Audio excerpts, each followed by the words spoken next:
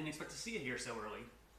You caught me. I'm actually still in the middle of my pre-dessert dessert. I'm having a little Bawston Cream Pie ice cream. Is there anything more American than Bawston Cream Pie? Don't you dare say apple. From its yellow cakes to the creamy custard in the middle and its chocolate ganache on top, Bawston Cream Pie truly is one of the most delicious... Ah, crap, I'm all out. You know what? I'm just going to make my own Bawston Cream Pie. We're going to go full Boston on tonight's late night baking.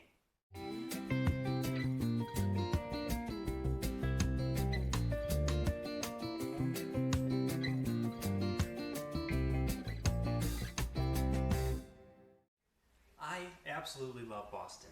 I was actually born not too far from there. I got family up there and went to college there.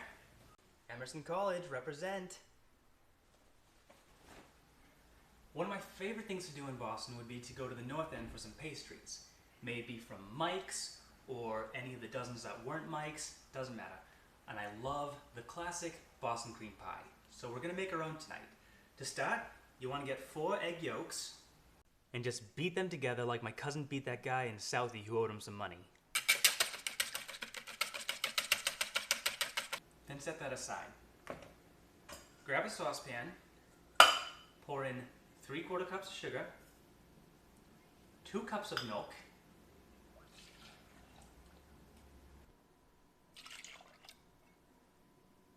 1/4 cup of cornstarch,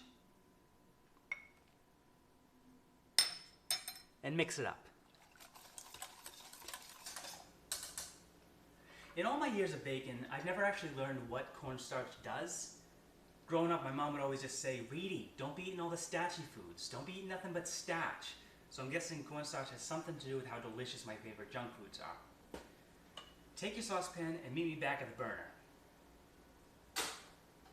I don't want any to hesitate like last time. Over here now. Set it over medium heat and stir it continuously until it starts to bubble a little. Once it starts to bubble and get a little thick, set it to simmer and leave it for about 2 minutes. Now that it's nice and thick, you're going to take it off the heat, but first add a little bit to the egg and mix it up. What this is supposed to do is prevent the hot milk from cooking up too much of the eggs. So once you have the hot milk mixed with the eggs, you add all of this back into the milk pot.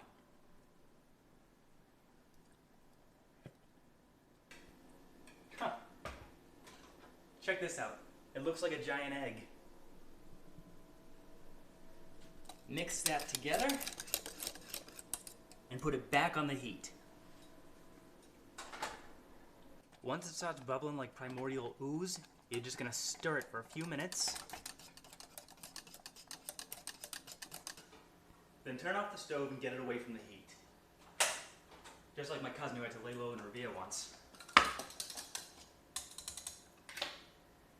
You get 2 teaspoons of vanilla.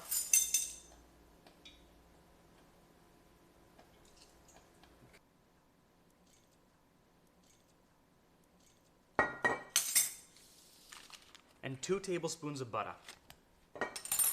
And just stir it all in. Once it's smooth, go ahead and pour it in a bowl. Oh my god, like pudding.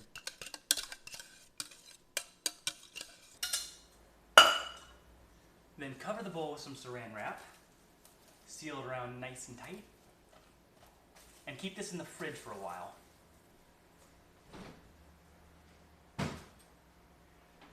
Now before, we'd only use those egg yolks, and I didn't want to waste some good egg whites, so I just fried them up, and I'm going to have a little protein snack. Can you give me like 5 minutes? You know what? You can set the oven to 350 while I'm eating this.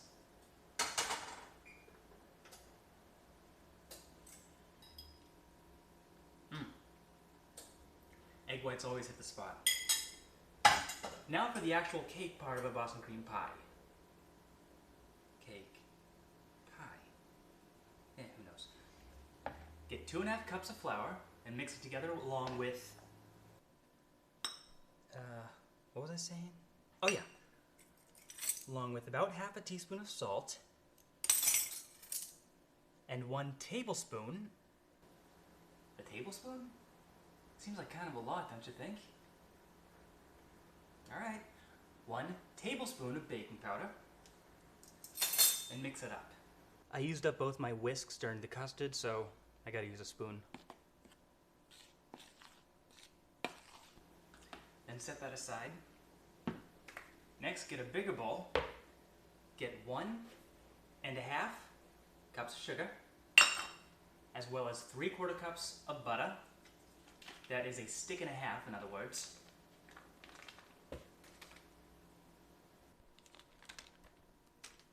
Then 3 tablespoons of oil. 1, 2, 3. And mix it all together. Woo!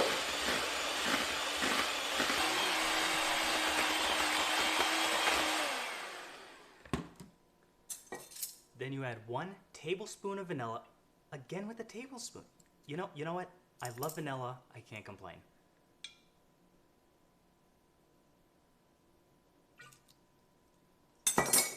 Followed by 1, 2, 3, 4 eggs. Boston always makes me think of Salem, which for obvious reasons always makes me think of witches. And fun history lesson, did you know that back in the 1500s, people would crush eggshells because they were afraid that witches could use them as boats? So, I know we live in the 21st century, but I don't take any chances. Then mix it all up.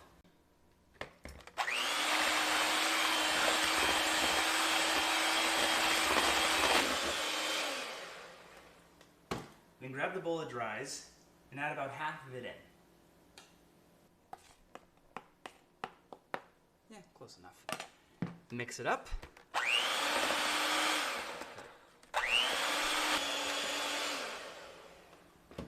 When it's all mixed up, add 1 1/4 cup of milk. Ooh, splash zone. Mix it up.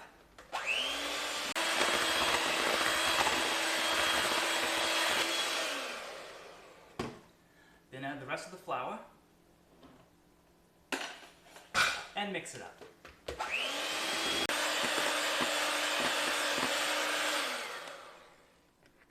There we go. It's as smooth as a ride on the green line. Just kidding. Then get 2 9-inch pans and get them wicked greasy.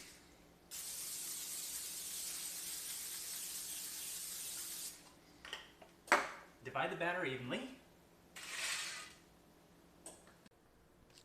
Yeah, pour that on in. Then the other. And just do your best. Get it as close as you can. Now you might have noticed the batter here is a little thicker than the cakes we usually make in late night baking. So instead of dropping it from far and having it splatter all over you, just use your spatula and just try and get it nice and even as best you can. Then, pop them in the oven for about 25 minutes.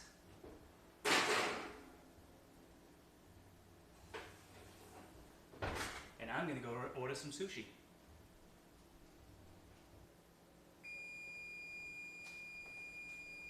Whew. That sounds about annoying as Tremont Street on a Saturday night.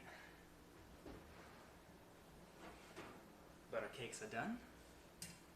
Ooh.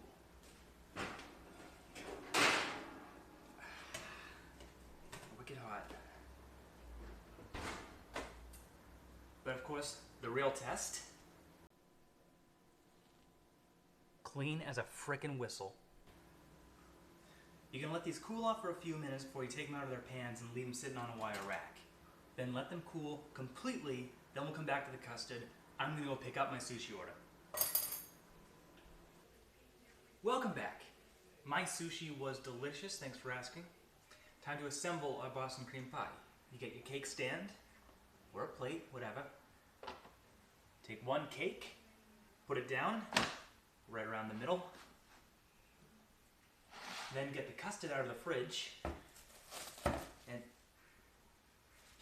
It looks a little like scrambled eggs first, so give it a good mix so you don't make yourself bath.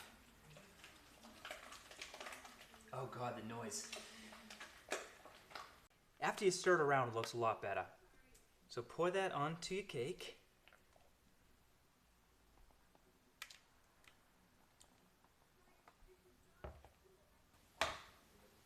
Spread it out to the edge.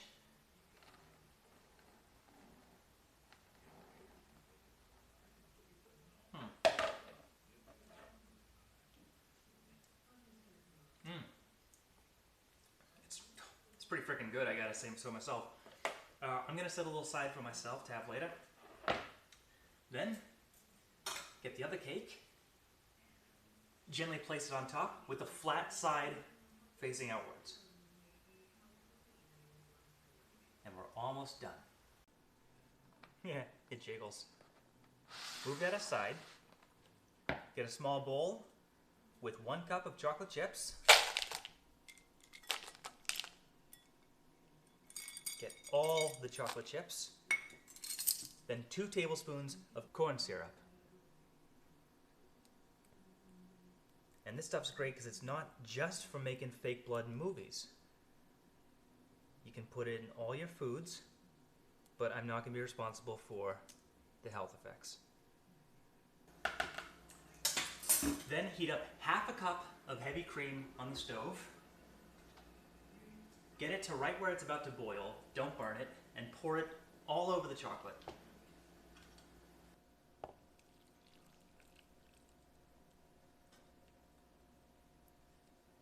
You want to give it a minute so the hot cream has a chance to start to break down and liquefy the chocolate. Then just mix it up. And watch that ganache start to form. Keep stirring until everything gets smooth and glossy. There we go. This is the look you want to strive for. Once everything's smoothed out, get the cake, get your chocolate, and pour. Pour it into the center and just let it cascade towards the sides. Oh my God, that looks good.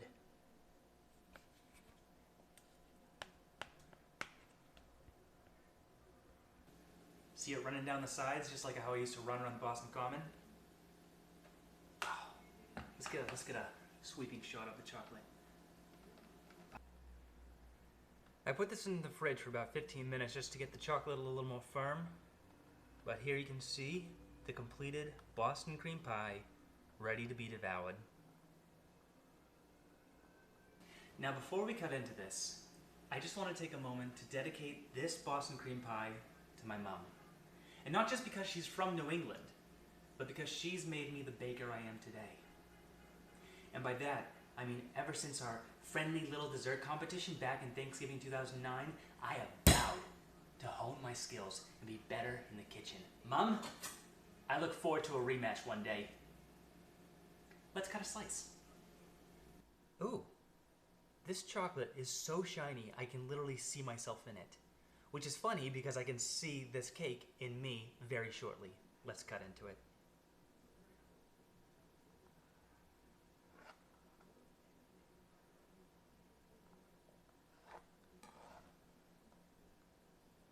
Ladies and gentlemen, a Bawston Cream Pie.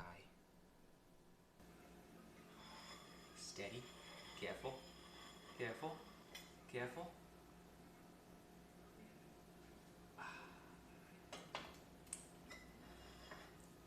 Now, for the final step of the night.